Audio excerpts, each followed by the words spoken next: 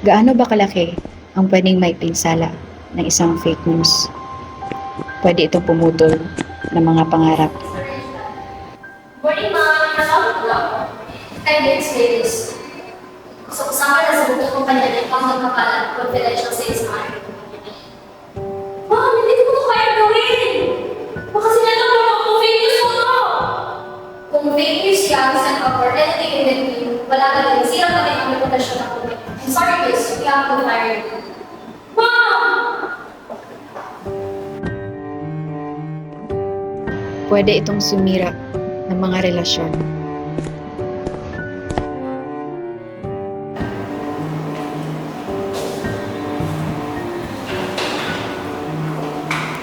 Alam mo namin kung anong ginawa. Hindi ko alam kung anong pinagsasabihin niyo. Huwag ka naman maamaan pa. Matagal na nawala ang exam sheet ni ma'am. Nakita na ng klase natin na sa loob ng bag mo. Yung nga, ikit naman!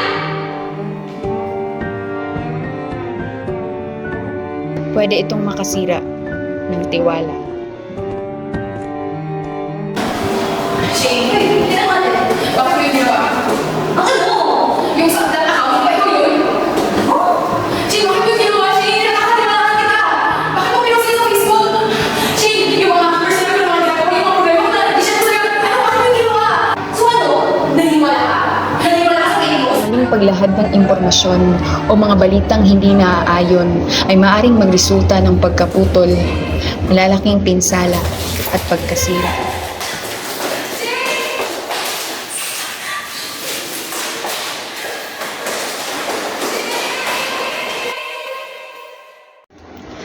Ngunit hindi lahat ng pagkaputol ay pinsala ang dala.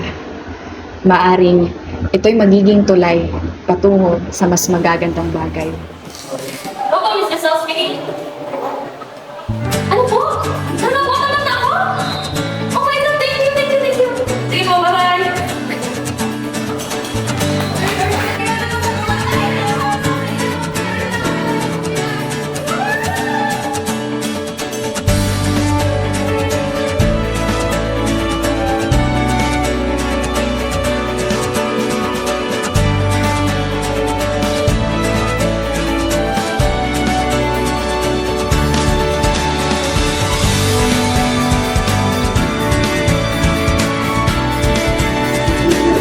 May mga bagay na hindi na maibabalik pa.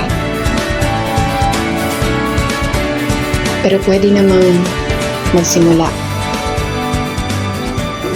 Magsimula ulit sa umpisa.